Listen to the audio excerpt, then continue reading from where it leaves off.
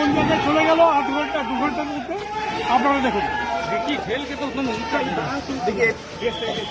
আইন শৃঙ্খলার জন্য মানুষকে বলা হয়েছিল তো 2 ঘন্টার মধ্যে কি পরিবর্তন দেখুন মানুষ দেখুন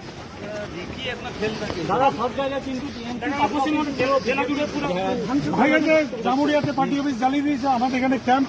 ভাঙচুর করেছে পশ্চিম বর্ধমান জেলার 9টা বিজেপির ঠিক আছে আমি জানি না আমাদেরকে এটা দিয়ে বসতে হবে এই পতনের কারণ কেন এই ধরনের ভোট হয়েছে সেটাও দেখতে হবে মানুষ কেন আমাদেরকে সমর্থন করেনি সেটা নিয়েও আমরা নিশ্চয়ই আলোচনা করবো নিশ্চয়ই ছিল